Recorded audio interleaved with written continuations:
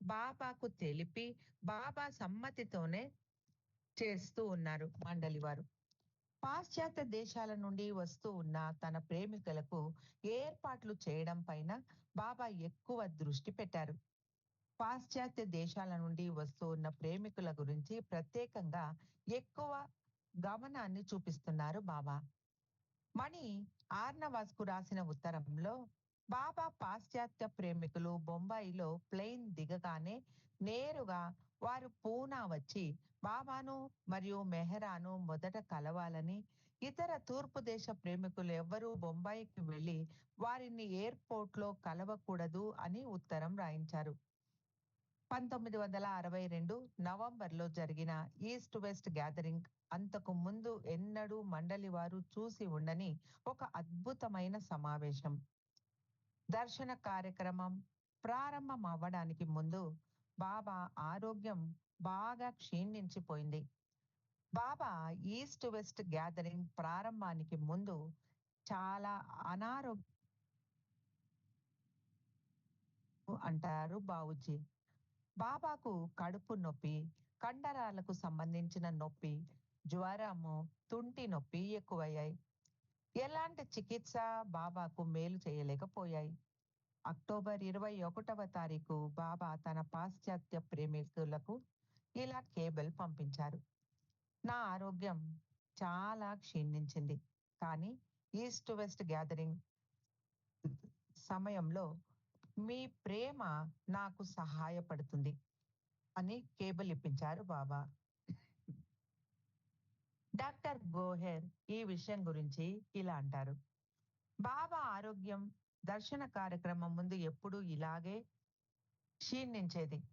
కొన్ని రోజుల క్రితం గురుప్రసాద్‌లో 18 రోజులు దర్శనం ఇచ్చారు బాబా. అప్పుడు కూడా బాబా ఆరోగ్యం ఇలాగే అదుపు తప్పింది. మండలి వారందరూ గాబరా పడ్డారు. 1962 ఈస్ట్ వెస్ట్ గ్యాదరింగ్ ప్రారంభానికి ముందు కూడా బాబాకు ఏడ్పులు మొదలయ్యాయి అంటారు గోహెర్. ఇలాంటి సమయంలో మెహ్రా చాలా కలవరపడిపోయేది. బాబాను ఈ దర్శన కార్యక్రమాలకు ఆపమని వేడుకునేది. ఇలా అనేక సార్లు జరిగింది. కానీ తీరా దర్శనం ప్రారంభమయ్యాక బాబా సంపూర్ణంగా గుణముఖమైనట్టు ఆరోగ్యంగా కనిపించేవారు. బాబా ఎంతో అందంగా దివ్య తేజస్సుతో వెలిగిపోతూ కనిపించేవారు. బాబా దర్శనానికి వచ్చిన ప్రేమికులు బాబా అనారోగ్యం గురించి చెబితే అస్సలు నమ్మేవారే కాదు. ఈస్ట్ వెస్ట్ గ్యాదరింగ్ ప్రారంభం అవ్వడానికి 2 రోజుల ముందు బాబా ఆరోగ్యం కుదుటపడింది. ఏడ్పులు కూడా మాయమయ్యాయి. బాబా యొక్క అనారోగ్యం బాబాకు సంభవించే విచిత్ర అనారోగ్య లక్షణాలు బాబా తన సన్నిహిత ప్రేమికుల సంస్కార నిర్మూలన కోసం చేసే ఆంతరిక కార్యక్రమం యొక్క పర్యవసానమే అన్న దాంట్లో ఎలాంటి అనుమానము లేదు. అలాగే అది ప్రపంచానికి సంబంధించి బాబా చేసే కార్యానికి కూడా సంబంధించి ఉండవచ్చు. బాబా తూర్పు పశ్చిమ దేశాలను ఏకం చేయడానికి ఎంతో తీవ్రంగా కృషి చేస్తూ ఉండగా తూర్పు పశ్చిమ దేశాలు పరస్పర వినాశానికి దారితీసే పరిస్థితులు ఏర్పడ్డాయి. యునైటెడ్ స్టేట్స్ కు సోవియట్ దేశాల మధ్యలో క్యూబన్ మిసైల్ క్రైసిస్ మూలాన వినాశనం తలెత్తింది. ప్రపంచం మొత్తం తక్కిడిలో వేయబడింది. పాశ్చాత్య దేశాలలో సంక్షోభం సంభవించినప్పటికీ చైనా మరియు భారతదేశం మధ్య యుద్ధం సంభవించింది. చైనా భారతదేశాన్ని ఆక్రమణ చేసింది. అసలైన దర్శన కార్యక్రమం నవంబర్ 1వ తారీఖులో ప్రారంభమైంది. బాబా పాశ్చాత్య ప్రేమికులను ఒక రోజు ముందు గురుప్రసాద్ కు పిలిపించారు. అప్పటికి 10 సంవత్సరాలుగా స్త్రీ మండలి పాశ్చాత్య స్త్రీలు కిట్టి, ఎలిజబెత్, మార్గరెట్, డెలియా, ఎల్లా, ఫిల్లిస్ మరియు అడేల్ ను చూసి ఉండలేదు. ఇప్పుడు వారిని కలిశారు. మెహ్రా మరియు స్త్రీ మండలి బిలీ ఈటెన్ మరియు హెయిన్స్ కు ఇదే మొదటిసారి మెహ్రాను కలవడం. డేలియా ఇలా అంటారు: ముందు రోజుల్లో మెహ్రాను మాట్లాడినప్పుడు చాలా ఆంక్షలు ఉండేవి ఆమెకు. ఆమె ముందు ఇది మాట్లాడకూడదు, అది మాట్లాడకూడదు అని బాబా ఆంక్ష విధించారు. కానీ 1962 తర్వాత మెహ్రాతో మనసు విప్పి మాట్లాడడానికి ఎలాంటి ఆంక్షలు ఉండేవి కావు అంటారు డేలియా. ఐరేన్ బిలో ఈస్ట్ వెస్ట్ గ్యాదరింగ్ కు రాలేకపోయింది. మెహ్రా ఎంతో ఉత్సాహంగా ఐరెన్ కోసం వేచి చూడసాగింది. బాబా ఐరెన్ కు ఒక కేబుల్ పంపించారు. నీ ప్రేమ నాతో ఇక్కడ ఉంది, నేను నీతో అక్కడ ఉన్నాను అని కేబుల్ పంపించారు బాబా. అక్టోబర్ 31వ తారీఖు జేన్ షా మొదటిసారి స్త్రీ మండలిని కలిసింది. బాబా మరియు స్త్రీ మండలి ప్రేమలో నేను కంపించిపోయాను. నా ఆనంద బాష్పాలను నియంత్రించుకోలేకపోయాను అంటారు జేన్. అందరూ ఒకరిని ఒకరు ఆలింగనం చేసుకుంటున్నారు. ఆ హాలు మొత్తం మాటలు, నవ్వులతో నిండిపోయింది. కొత్త వారికి స్త్రీ మండలి వారు తమను తాము పరిచయం చేసుకుంటున్నారు. ఇది నా జీవితంలోనే అత్యంత కరమైన దినం. అంత ఆనందం, అంత సంతోషం నిండిన వాతావరణంలో గాలి కంపిస్తోంది ఆ గదిలో. ప్రేమ తరంగాలలో నా శరీరం తేలిపోసాగింది. ఆనందంతో నా కళ్ళు చెమ్మగిల్లాయి అంటారు Jain Shah. Mehra east west gathering గురించి తన అనుభవాలను వివరిస్తూ ఇలా అంటారు: బాబా నవంబర్ 1వ తారీఖు మొదటి రోజు దర్శనాన్ని ప్రారంభించారు. ఆ రోజు బాబా పెందరాళ లేచి గంట కొట్టారు. అప్పటికే నిద్ర లేచి బాబా కోసం ఏర్పాట్లు ప్రారంభించాము. నోట్లో ఉన్న బ్రెడ్, బటరు త్వరగా నమిలి మింగేసి బాబా కోసం పరుగులు తీశాను. బాబా తయారవ్వడానికి సహాయపడ్డాను. బాబా మొహం కడుక్కొని తయారయ్యి డైనింగ్ హాల్ కు వచ్చారు. అంతా త్వరగా నిశ్శబ్దంగా చేశాము అంటారు మెహ్రా. మెహ్రాకు పాశ్చాత్య దేశాల నుండి వచ్చిన 100 మంది ప్రేమికులను చూడాలని ఆసక్తిగా ఉంది. బాత్రూమ్ దగ్గర ఉన్న పెద్ద కిటికీని తెరిచి చూస్తే బయట గేటు, దర్శన కార్యక్రమం జరుగుతూ ఉన్న పెండాలు కనిపిస్తూ ఉండేవి. గేట్లు తీయగానే ప్రేమికులు వరద ప్రవాహంలాగా తోసుకుంటూ లోపలికి పరుగెత్తుకుంటూ వచ్చేవారు. మెహ్రా వారిని చూసి అమ్మో ఎంత జనం, నేను అక్కడ లేకపోవడమే మంచిదైంది అనుకునేది మనసులో. బాబా తన దర్శనానికి వచ్చిన వారి భుజాలు తడుతూ తల నిమురుతూ పంపిస్తున్నారు. వేదిక మీద కూర్చొని ఉన్న బాబా చెవిలో ఆది ఏదో చెబుతూ ఉన్నాడు. బాబా తల తిప్పి ఆదిని చూసి తల ఆడించారు. తర్వాత ఇలా పరుమార్లు జరగడం చూసింది మెహ్రా. ఆదికి కబురు పంపిస్తూ అలా బాబా వెనుక నిలబడి చెవిలో చెప్పకుండా బాబా ముందు నిలబడి మాట్లాడమని మెహ్రా అతడికి చెప్పింది. అలా పలుమార్లు తల తిప్పి బాబా ఆదిని చూడటం వల్ల మెడ నొప్పి వస్తుంది అని మెహ్రా కలవరపడసాగింది. స్త్రీలకు మెహ్రాకు దర్శన కార్యక్రమం జరిగే చోటికి చూడటానికి వీలుగా గురుప్రసాద్ ద్వారం దగ్గర కుర్చీలు వేశారు. స్త్రీలు అక్కడ కూర్చొని బాబా ప్రేమికులకు దర్శనమిస్తున్న దృశ్యాలను చూడసాగారు. బాబా గది లోపల నుండి నేరుగా స్టేజ్ మీదకి వెళ్లేలాగా ఏర్పాటు అయింది.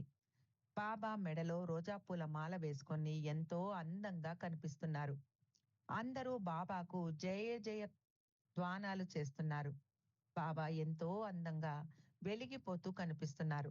బాబా తన ప్రేమను ప్రతి ఒక్కరికి ఎంతో అందంగా పంచుతున్నారు. ఎవరో తాజా ఏలుకలతో చేసిన మాల ఒకటి తీసుకొచ్చి బాబాకు వేశారు. అది చూసి నాజా వాటిని వంటకు వాడటానికి ఆతృత పడింది. అది చూసిన మణి, నువ్వు బాబా గురించి కాకుండా ఏలుకల మాల గురించే ఎక్కువ ఆలోచిస్తున్నావు అని తమాషా చేసింది. వేదిక మీద ఒక దృశ్యం మెహ్రాకు చాలా ఆసక్తి కలిగించింది. బాబా కూర్చున్న సోఫా పక్కన ఒకవైపు ప్రపంచాన్ని త్యజించి ఫకీరులాగా జీవిస్తున్న సంతు శుద్ధానంద భారతి కూర్చున్నాడు. బాబా ఇంకొక వైపున రాజభవనాలు గల మహారాణి శాంతాదేవి కూర్చొని ఉంది. మధ్యలో ఆధ్యాత్మిక గురువు మెహర్ బాబా కూర్చొని ఉన్నారు. బాబా రోజు మొత్తం అలా కూర్చొని దర్శనం ఇస్తూనే ఉన్నారు.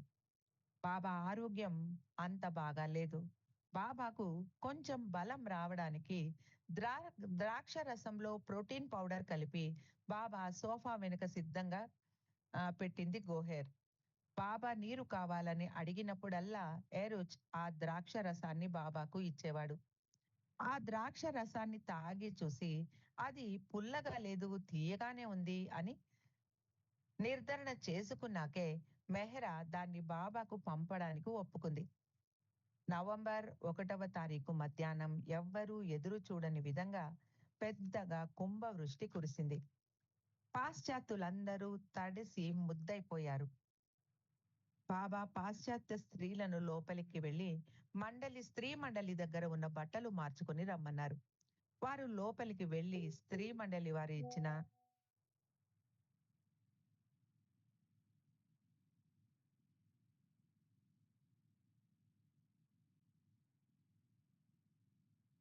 స్త్రీ మండలి వారు ఇచ్చిన బట్టలతో తమకు అనుకూలమైన వాటిని ఏరుకొని వేసుకున్నారు. మణి మరియు రానో ఎందుకో ఆ సారి మేము మాకు కావాల్సిన దానికంటే ఎక్కువగానే బట్టలు మాతో తెచ్చుకున్నాము అంటారు. అవి అలా ఉపయోగపడ్డాయి. కిట్టి మెహ్రాకు చెందిన నీలం రంగు డ్రెస్సును వేసుకుంది. అది ఆమెకు కొంచెం బిగువుగా ఉంది. బిల్లీ ఈటన్ వేసుకున్న డ్రెస్సు ఆమెకు చాలా పెద్దది. ఐవీ జ్యూస్ కు ఎవరి బట్టలు సరిపోలేదు. మెహ్రూ దగ్గర ఉన్న ఒక పెద్ద జాకెట్ అనితకు ఇచ్చింది. అది ఆమెకు చాలా వదులుగా ఉండటంతో అది ఐవీ డ్యూస్ కి సరిపోవచ్చు అనుకుని ఐవీకి ఇవ్వగా అది ఐవీకి బిగుతుగానే ఉంది. బాబా వేదిక మీద వేచి చూస్తూ ఉన్నారు. అందుకని స్త్రీలు గబగబా దొరికిన బట్టలు వేసుకుని బయటికి పరిగెత్తారు. పాశ్చాత్యులు తమకు ఉన్న వాటిల్లో ఖరీదైన మంచి మంచి బట్టలు ధరించి బాగా రెడీ అయ్యి ఎంతో హుందాగా బాబా దర్శనానికి వచ్చి కూర్చొని ఉన్నారు. కానీ కొంటెవాడైనటువంటి అవతార పురుషుడు వారిని వారి వారి పాశ్చాత్య వేషధారణను తీయించి తూర్పు దేశ సామాన్య వస్త్రాలను ధరింపచేశాడు. ఐవీ లాగే ఎలిజబెత్ కు కూడా ఆమె కూడా లావుగా ఉండటంతో ఆమెకు కూడా ఎవ్వరి బట్టలు సరిపోలేదు. ఆమె చీర కట్టుకోవడానికి నిరాకరించింది. రానోకు ఎలిజబెత్ గతంలో వచ్చినప్పుడు తన డ్రెస్సు ఒకదాన్ని ఇండియాలోనే వదిలి వెళ్లిన విషయం గుర్తుకొచ్చింది. రానో దాన్ని పూణేకు కూడా తనతో తెచ్చింది. 15 సంవత్సరాల క్రితం ఇండియాలో వదిలి వెళ్లిన గౌన్ తో తిరిగి ఎలిజబెత్ వద్దకు వచ్చింది రానో. అందరూ తిరిగి పెండాల్ లోపలికి వచ్చిన తర్వాత బాబా ఎలిజబెత్ ను వేదిక మీదకి పిలిచి శుద్ధానంద భారతిని పరిచయం చేస్తూ ఎలిజబెత్ మెహర్ స్పిరిచువల్ సెంటర్ కు ముఖ్యురాలు అని పరిచయం చేశారు. ఆ యోగి ఆశ్చర్యంగా ఎలిజబెత్ వేషాధరణ చూసి విస్మయం చెందాడు. బాబా నేను మంచి బట్టలు వేసుకొని బాగా రెడీ అయ్యి వచ్చి ఉన్న సమయంలో నన్ను పరిచయం చేయలేదు. ఇప్పుడు ఇలాంటి సమయంలో నన్ను వేదిక మీదికి పిలిచి మరీ పరిచయం చేస్తున్నారు అని వాపోయింది ఎలిజబెత్. పాశ్చాత్యులు నవంబర్ 5వ తారీఖు తిరుగు ప్రయాణం అయ్యారు. బాబా మరియు మండలి వారు 10వ తారీఖు మెహరాబాదు తిరిగి వచ్చేశారు. గురుప్రసాద్ నుండి బయలుదేరి వచ్చిన తర్వాత అందరికీ నిశ్చింతగా అనిపించింది. బాబాతో మేము మాత్రమే ఉండవచ్చు అన్న భావన మండలి వారిలో సంతోషాన్ని కలిగించింది. దర్శన కార్యక్రమం ముగియడంతో బాబా కేవలం మా బాబా మేము బాబాకు సేవ చెయ్యొచ్చు, బాబా మొహం కడిగి సాద్రాను మార్చవచ్చు అన్న ఆలోచన మాకు నిశ్చింతను కలిగించింది అంటారు స్త్రీ మండలి వారు. బాబా నాజాను ఏమి వండావు అని అడిగారు. మెహ్రాను ఏదో అడిగి మణిని పుస్తకం చదవమన్నారు. మళ్ళీ బాబా అలా సమయం గడపడం స్త్రీలకు సంతోషాన్ని కలిగించింది. 1962 డిసెంబర్ 10వ తారీఖు నుండి బాబా తన విశ్వకార్య నిమిత్తం ఒంటరిగా ఉండసాగారు. అందుకనే మెహ్రా పుట్టిన రోజును 2 వారాల ముందే ఆచరించారు బాబా. 100 మందికి పైగా అతిథులు హాజరయ్యారు. బాబా ఆ సమావేశంలో మెహ్రా నన్ను అత్యంత అధికంగా ప్రేమిస్తుంది అని చెప్పారు. నేను కూడా ఆమెను ప్రేమిస్తాను. కానీ ఆమెకు ఆధ్యాత్మిక మార్గం గురించి నేను ఇంకా వివరించలేదు అన్నారు బాబా. కొన్ని రోజుల ముందు గురుప్రసాద్‌లో ప్రసిద్ధ గజల్ గాయకుడు బేగ్ గాయకురాలు బేగం అఖ్తర్ బాబా ముందు పాడవలసి ఉంది. కానీ ఆమెకు అనారోగ్యం కలగడంతో ఆమె పాడలేకపోయింది. ఇప్పుడు ఒకరోజు అంటే జనవరి 13వ తారీఖు బేగం అఖ్తర్ మెహ్రాజాద్‌కు వచ్చింది. అలా వస్తూనే ఆమె బాబా పాదాల వద్ద కూర్చొని రోదించసాగింది. ఆమె బాబాను చూడటం అదే మొదలు. బాబా ఆమెకు కొన్ని పాటలు పాడమని అనుమతి ఇచ్చారు. చాలా ఏళ్లుగా బాబాకు బేగం అఖ్తర్ పాటలంటే చాలా ఇష్టం. ఆమె పాడిన పాటలు హృదయాన్ని కదిలించేవిగా ఉన్నాయి. బాబా కొంచెం ప్రత్యేకంగా ఒక పాటను కూడా రచించి బాబా కోసమే ఒక ప్రత్యేకమైన పాటను కూడా రచించి ఆమె పాడింది. బాబాను ప్రియతముడిగా అంగీకరించి చాలా ఆర్ద్రతతో పాట పాడింది బేగం అఖ్తర్. ఆమె పాడుతూ ఉంటే కన్నీళ్లు ఆమె చెక్కిళ్ళ మీద జారుతూనే ఉన్నాయి. బాబా తన పక్క ఉన్న టేబుల్ మీద ఉన్న రుమాలును ఆమెకిచ్చి కన్నీళ్లు తుడుచుకోమని చెప్పారు. ఆ చేతి రుమాలును ఆమెకే బాబా ప్రసాదంగా ఇచ్చేశారు. బేగం అఖ్తర్ తన శిష్యులతో తర్వాత రోజుల్లో ఇలా చెప్పింది. గజల్ అన్నది ఒక పెయింటింగ్ లాగా. కవి వ్రాసే కవితలు, కళాఖండాలు మీరు అంటే గాయకులు మీ సంగీతం ఆ కళాఖండాలను బిగించి పెట్టే ఫ్రేమ్ అని చెప్పింది బేగం అఖ్తర్. 1963వ సంవత్సరంలో బాబా కోరిక మేరకు బాబా పుట్టినరోజును ఆచరించలేదు. బాబా ఆ సమయంలో ఏకాంతవాసంలో ఉన్నారు. కానీ అహ్మద్‌నగర్‌లోని తన ప్రేమికులకు మాత్రం కలవడానికి బాబా అనుమతిచ్చారు. మహారాణి శాంతాదేవి ఫిబ్రవరి 3వ తారీఖు బాబాను మెహ్రాజాద్‌లో దర్శించింది. బెహ్రం ఈస్ట్ వెస్ట్ గ్యాదరింగ్‌లో తీసిన 2 వీడియోలను మెహ్రాజాద్‌లోని వారందరికీ చూపించాడు. మార్చ్ 24వ తారీఖు బాబా స్త్రీ మండలితో గురుప్రసాద్‌కు వెళ్లారు. ప్రతి ఆదివారం బాబా తన ప్రేమికులకు దర్శనం ఇచ్చేవారు. మధ్యాహ్నం భోజనం సమయంలో బాబా లోపలికి వెళ్లి తాను భోజనం చేసిన తర్వాత కొంచెం సేపు విశ్రమించి వస్తాను అని చెప్పేవారు. దర్శనానికి వచ్చిన ప్రేమికులు తాము కూడా దగ్గరలోని హోటల్‌కు వెళ్లి భోజనం చేసి వచ్చేవారు. బాబా భోజనం ముగించి త్వరగా తిరిగి వచ్చేసేవారు. బాబా చెప్పిన సమయం కన్నా అరగంట ముందుగా గురుప్రసాద్‌కు వచ్చిన ప్రేమికులు బాబా హాలులో ఆసీనులై ఉండటం చూసి మర్నాడు అసలు హాలు నుండి లేచి వెళ్ళేవారు కాదు. భోజనానికి కూడా వెళ్లకుండా అక్కడే వేచి ఉండేవారు. బాబాకు ఇదే కావాలి. దర్శన కార్యక్రమాన్ని చాలా తెలివిగా సమాప్తం చేసేవారు బాబా అంటారు మణి. అందరూ తమ ఇళ్లకు వెళ్లే సమయం రాగానే బాబా విధేయత గురించి మాట్లాడేవారు. అక్కడ కూర్చొని ఉన్న ప్రేమికులు అప్రమత్తంగా బాబా మాటలు వింటూ బాబా కోసం ఏదైనా చేయడానికి సిద్ధపడేవారు.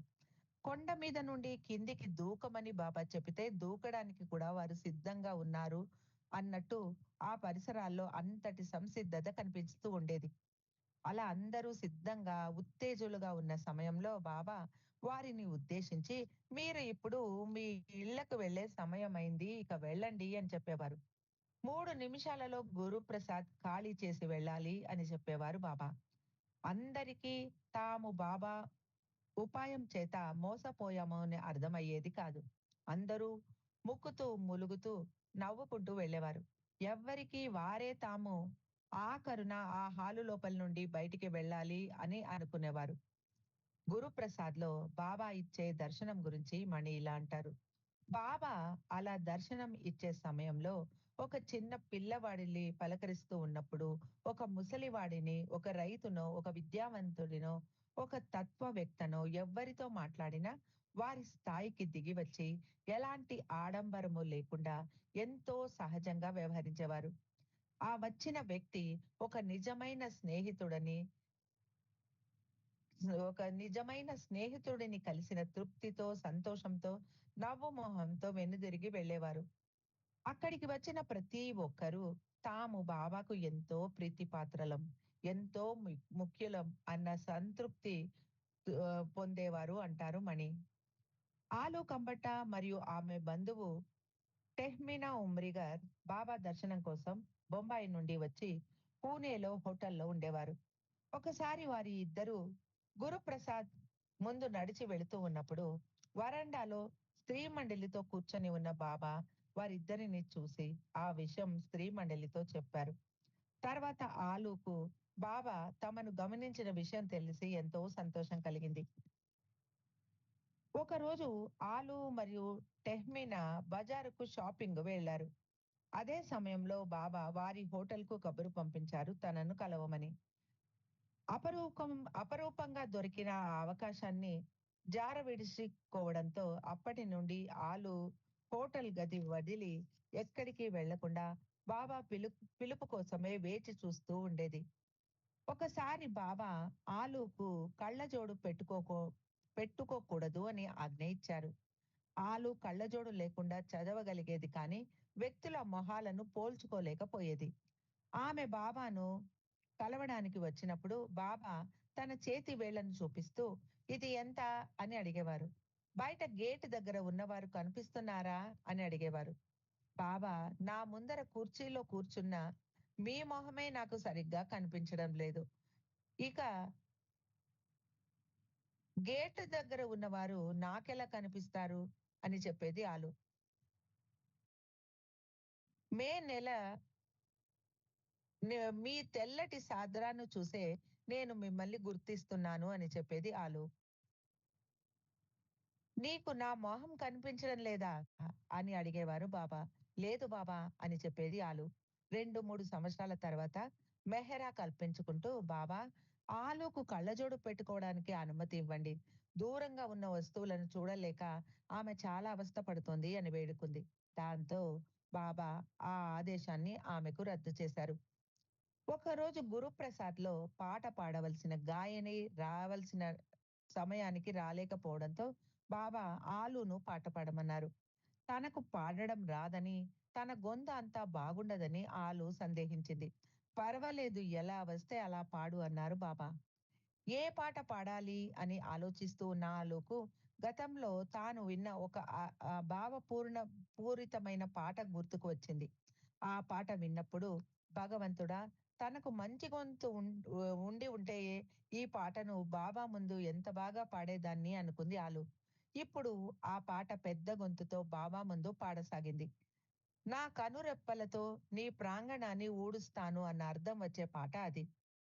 ఆలు ఒక చరణం కూడా పాడక ముందే బాబా ఇక చాలు ఆపు, బయట కాకులు వెళ్ళిపోతున్నాయి, ఇక్కడి కుర్చీలో కూర్చున్న ప్రేమికులు కూడా నిద్రపోయేలాగా ఉన్నారు అని ఆట పట్టించారు.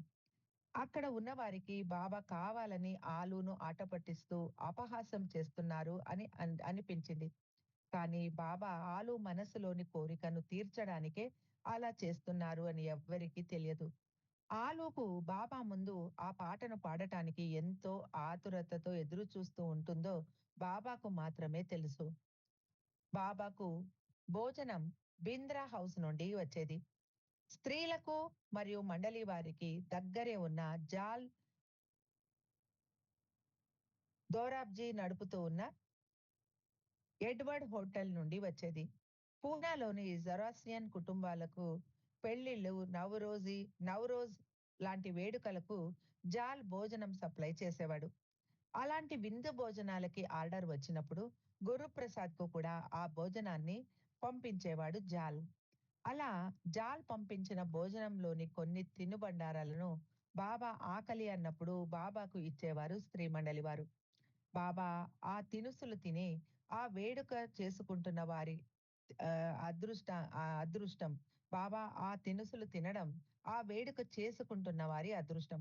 బాబా ఆ వస్తువులను తిని మెహ్రాకు కూడా వాటిని తినమని చెప్పేవారు. అవి మెహ్రాకు కూడా నచ్చుతాయి అని బాబా అనుకునేవారు. ఒకరోజు ఒక వివాహానికి తయారు చేసిన విందును బాబా కోసం ప్రత్యేకంగా తెచ్చి ఇచ్చాడు జాల్. అప్పటికి బాబా అన్నము, పప్పు తిన్నారు. మెహ్రా బాబాకు జాల్ ఇచ్చిన వంటకాలను ఒక ట్రేలో సర్ది తీసుకెళ్లి ఇచ్చింది. బాబా వాటిని కొద్దిగా తిన్నారు. బాబా తమ పెళ్లి విందును ఆరగించి ఆ నవ దంపతులకు తన ఆశీస్సులు అందించారు. ఆ దంపతులు ఎంత అదృష్టవంతులో కదా అంటారు మెహ్రా. బాబా తిన్న తర్వాత పళ్ళెంలో ఉన్న చికెన్ నువ్వు తిను అన్నారు మెహ్రాతో. మిగిలిన వారు కూడా ఉన్నారు కదా బాబా అంది మెహ్రా. బాబా వారికి కూడా కొంచెం ఇవ్వు, కానీ నువ్వు ఎక్కువ తిను అన్నారు. ఆ రాత్రి కాపలాకు వచ్చిన బావుతో బాబా, మెహ్రాకు చికెన్ అంటే ఎంతో ఇష్టం, కానీ నేను ఆమెను చికెన్ తినడానికి అనుమతి ఇవ్వను అని చెప్పారు. ఒకసారి ఒక చిన్న మేకపిల్ల గురుప్రసాద్ గేటు బయట కనిపించింది. స్త్రీలు దాన్ని లోపలికి తీసుకెళ్లి బాబాకు చూపించారు. బాబా దాన్ని చూసి ఆశ్చర్యపోయారు. చాలా సన్నగా బక్కగా ఉన్న ఆ మేకను ఆహారం పెట్టమన్నారు బాబా. బాబాకు జంతువులకు ఆహారం తినిపించడం అంటే చాలా ఇష్టం. ఆ మేక పిల్లకు కొన్ని కాయగూరలు బాబా తినిపించారు. రోజు పొద్దున ఒక పిల్లి గురుప్రసాద్కు వచ్చేది. దాని పేరు పెగు. గురుప్రసాద్కు కొంచెం సమీపంలో నివసిస్తూ ఉన్న ఒక పార్సీ మహిళకు చెందిన పిల్లి అది. ఆమె వేసవి గడపడానికి బొంబాయి నుండి పూణే వస్తూ తన పిల్లిని మరియు తన కుక్కను కూడా తీసుకొని పూణే వచ్చేది. ఆ వీధిలో ఎన్నో ఇళ్ళు ఉన్నప్పటికీ ఆ పిల్లి వాటన్నిటినీ దాటి గురుప్రసాద్ లోపలికే వచ్చేది. రావటమే కాదు, అక్కడ నుండి వెళ్ళేది కాదు. దానికి తన యజమాని ఇంటికన్నా గురుప్రసాద్ లో ఉండటమే ఇష్టం. ఆ యజమాని కుమారుడు 18 సంవత్సరాల పిల్లవాడు. పెగును వెతుకుతూ గురుప్రసాద్ వచ్చాడు. ఆ రోజు బైదుల్ గేటు దగ్గర కాపలా ఉన్నాడు. బైదులు వెళ్లి ఆ కుర్రవాడిని లోపలికి వదలవచ్చా అని బాబాను అడిగారు. బాబా అలాగే వదలమని చెప్పి డాక్టర్ గోహెర్‌తో ఆ పిల్లిని తీసుకొని రమ్మన్నారు. గోహెర్ ఆ పిల్లిని వెతికి తెచ్చింది. ఆ పిల్లి నేరుగా బాబా పాదాల దగ్గరికి వెళ్లి కూర్చుంది. తన యజమాని కొడుకును గమనించనే లేదు. ఆ కుర్రవాడు పెగును ఎత్తుకొని గేట్ వరకు వెళ్ళాడో లేదో, అది వాడి చేతులలో నుండి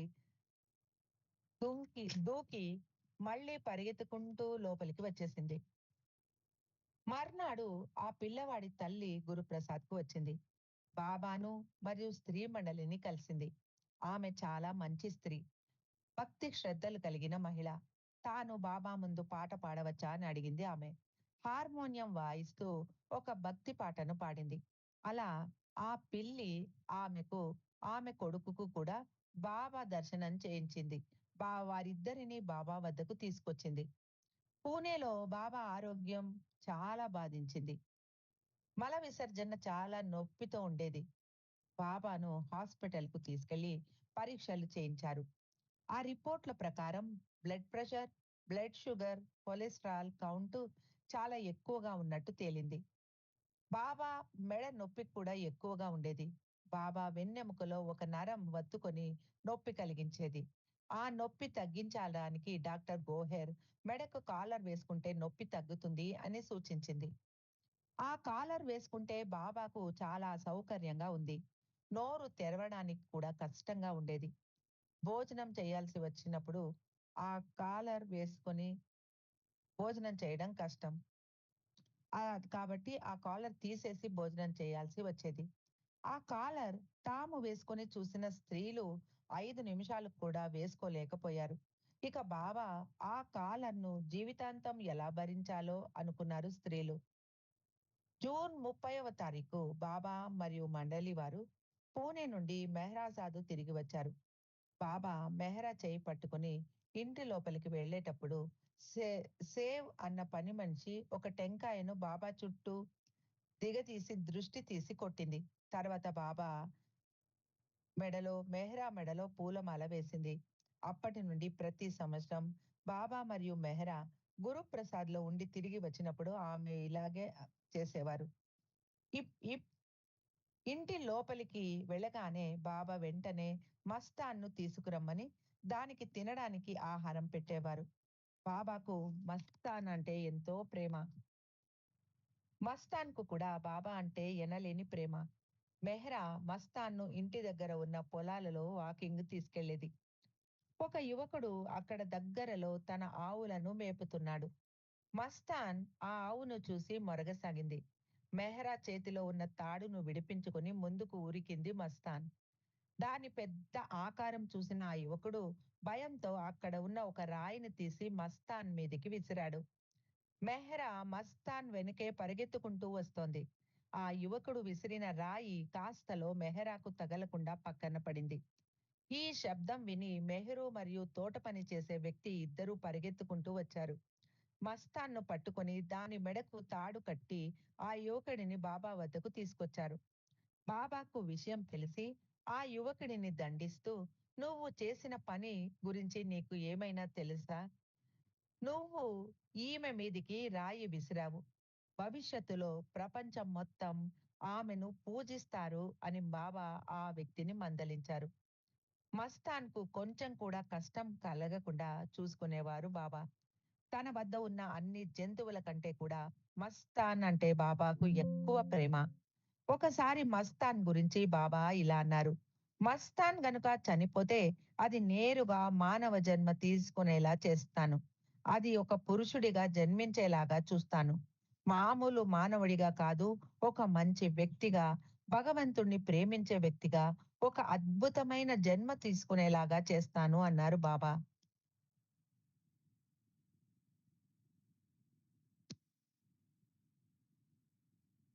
బాబా ఉదయం, సాయంత్రం ఇంటి నుండి మండలి హాలుకు 2 సార్లు నడిచి వెళ్ళేవారు. కానీ 1963వ సంవత్సరం నుండి బాబా నడవలేకపోయేవారు. బాబాను కుర్చీలో కూర్చోపెట్టుకొని నలుగురు పనివారు మోసుకెళ్లి మండలి హాలుకు తీసుకెళ్లేవారు. మెహ్రూ బాబాకు టీ తయారు చేస్తే మెహ్రా దాన్ని బాబాకు ఇచ్చేది. బాబాకు ఎంత చక్కెర కావాలి, టీ ఎంత చిక్కగా ఉండాలి అన్న విషయం మెహరాకు బాగా తెలుసు. బాబా టీలో చక్కెర ఎక్కువ వేసుకునేవారు. మెహ్రా కూడా చాలా బాబా అలవాట్లకు సరిగ్గా తన అలవాట్లను మార్చుకునేది. తాను కూడా బాబాకు వేసినట్లు టీలో ఎక్కువ చక్కెర వేసుకోవడం అలవాటు చేసుకుంది. ఏరోజ్ సోదరి మను కొన్ని విషయాల్లో మెహ్రాకు, బాబాకు అలవాట్లలో తేడా ఉండేది అంటారు. మెహ్రాకు కొంచెం చల్లటి గాలి ఇష్టం. కానీ బాబాకు వేడి నచ్చేది. మెహ్రాకు ఆహారం వేడిగా ఉండాలి కానీ, బాబాకు ఆహారం చల్లగా ఉండాలి. మెహ్రా అలవాటును మానిపించడానికి బాబా ఒక ముద్ద నోట్లో పెట్టుకోగానే, నాకు దాహంగా ఉంది, నీరు కావాలి అని మెహ్రాను భోజనం ముందు నుండి లేపి పంపించేవారు. నీరు తెచ్చి ఇచ్చి మళ్ళీ తినడానికి కూర్చోగానే, ఇంకా ఏదో కావాలని మళ్ళీ పంపించేవారు బాబా. అలా లేచి వెళ్ళి మళ్ళీ మళ్ళీ కూర్చొని ఆహారం తింటున్న మెహరాకు ఆహారం వేడిగా ఉందా? చల్లగా ఉందా? అన్న ధ్యాస మెల్లగా తగ్గిపోసాగింది. అలా మెహరా అలవాటును బాబా మానిపించేశారు. రానోకు కూడా ఇలాగే జరిగింది. ఆమెకు వేడి టీ తాగడం ఇష్టం. అలా ఆమె టీ ఒకసారి తాగగానే బాబా "వెళ్లి పేపరొచ్చిందేమో చూసిరా" అని పంపించేవారు. అలా ఏదో ఒక సాకు పెట్టి ఆమెను వేడి వేడి టీ తాగనీయకుండా అడ్డుకునేవారు బాబా. బాబా రోజుకు ఒక్కసారి మాత్రమే కాఫీ తాగేవారు. మిగిలిన సమయంలో మసాలా కలపని స్ట్రాంగ్ టీ ఇష్టపడేవారు బాబా. మెహ్రాకు కాఫీ అంటే ఇష్టం. కానీ బాబా కొన్ని రోజుల తర్వాత ఆమెను కాఫీ తాగడానికి వారించారు. బాబాకు రక్తంలో చక్కెర శాతం ఎక్కువగా ఉండటంతో డాక్టర్ గోహెర్ బాబాను రోజు పొద్దున పూట అల్పాహారం తీసుకోమని బలవంతం చేసేది. చాలా సేపు కడుపు ఖాళీగా ఉండటం మంచిది కాదు బాబా అని చెప్పేది గోహెర్. అయితే ఏం తినాలి అన్నారు బాబా. గుడ్లు తింటే మంచిది బాబా అంది గోహెర్. కానీ బాబాకు గుడ్లు ఇష్టం లేదు అని చెప్పడంతో రవ్వతో గంజి చేసి ఒక అరటిపండు ఇచ్చేవారు. రోజూ ఒక్కటే ఆహారం బాబాకు రుచించకపోవచ్చు అనుకుంటూ రకరకాల ఆహారాన్ని మార్చి ఇచ్చేది గోహెర్. బాబా మెత్తగా ఉన్న ఆహారాన్ని ఇష్ట ఇష్టపడేవారు. ఎందుకంటే బాబాకు ఆహారాన్ని నమలడం కష్టంగా ఉండేది. పాశ్చాత్యులు పంపించిన సీరియల్స్, కార్న్‌ఫ్లేక్స్ తినేవారు బాబా. నవంబర్ 22వ తారీఖు అమెరికా అధ్యక్షుడు జాన్ ఎఫ్ కెన్నడీ హత్య గావింపబడ్డాడు. ఆ రాత్రి మెహ్రాకు ఒక అసాధారణమైన అనుభవం కలిగింది. మెహ్రా మామూలుగా బాగా గాఢ నిద్రపోయేది. ఆ రాత్రి ఎందుకో ఎవరో తన చెవి దగ్గర 3 సార్లు చిటిక వేసి లేపినట్టు మెలకువ వచ్చింది మెహ్రాకు. కళ్ళు తెరిచి చూస్తే ఎవ్వరూ లేరు. సరిగ్గా ఆ సమయంలోనే అమెరికాలో అధ్యక్షుడి హత్య జరిగింది. పొద్దున లేచిన మెహ్రాకు ఈ విషయం తెలిసింది. కెన్నడీని 3 సార్లు కాల్చారు. మెహ్రా చెవి దగ్గర 3 సార్లు చిటిక శబ్దం వినిపించింది. ఆ రోజు ఆ విషయం బాబాకు చెప్పడం మర్చిపోయింది మెహ్రా. కొన్ని రోజుల తర్వాత గుర్తుకు వచ్చి బాబాకు చెప్పింది. 3 సంవత్సరాల క్రితం అమెరికా అధ్యక్షుడిగా కెన్నడీ నియమితుడైనప్పుడు రేడియోలో ఆ వార్త విన్న స్త్రీలు బాబాకు ఈ విషయం చెప్పి, "ఇది మంచి పరిణామం కదా బాబా" అని అడిగారు. బాబా కెన్నడీ అధ్యక్షుడిగా గెలిచి ఉండకుంటే బాగుండేది అన్నారు. ఇప్పుడు బాబా అన్న ఆ మాటలకు అర్థం స్త్రీలకు తెలిసింది. డిసెంబర్ 23వ తారీఖు మెహ్రా పుట్టినరోజును ఆచరించారు. అహ్మద్‌నగర్, పూణే, బొంబాయి నుండి 300 మందికి పైగా స్త్రీలు హాజరయ్యారు. పాటలు పాడారు. మండలి హాలు జనంతో కిక్కిరిసిపోయింది. ఆ రోజు మండలి వారి నుండి స్త్రీలే బాబాను మోసుకుంటూ వరండా వరకు తీసుకొచ్చారు. అందరికీ భోజనం ఏర్పాటు చేశారు. మణి తన మూవీ కెమెరాతో మూవీ తీసింది. మెహ్రా కేక్ కట్ చేసి బాబాకు మొదట తినిపించింది. తన స్త్రీ, మహిళా ప్రేమికులతో సరదాగా, సంతోషంగా గడిపారు బాబా. భోజనం తర్వాత అందరూ హాల్‌లో సమావేశమయ్యారు. ఆలు మెహ్రా కోసం ప్రత్యేకంగా ఒక పాటను రాసి మిగిలిన వారి చేత పాడించింది. జై బాబా అండి. ఇక్కడ ఈరోజు ఆపుకుందాం. మళ్ళీ మిగిలింది రేపు చదువుతాను. అవతార్ మెహర్ బాబా కీ జై. జై బాబా అండి నర్మద్ గారు. ఇప్పుడు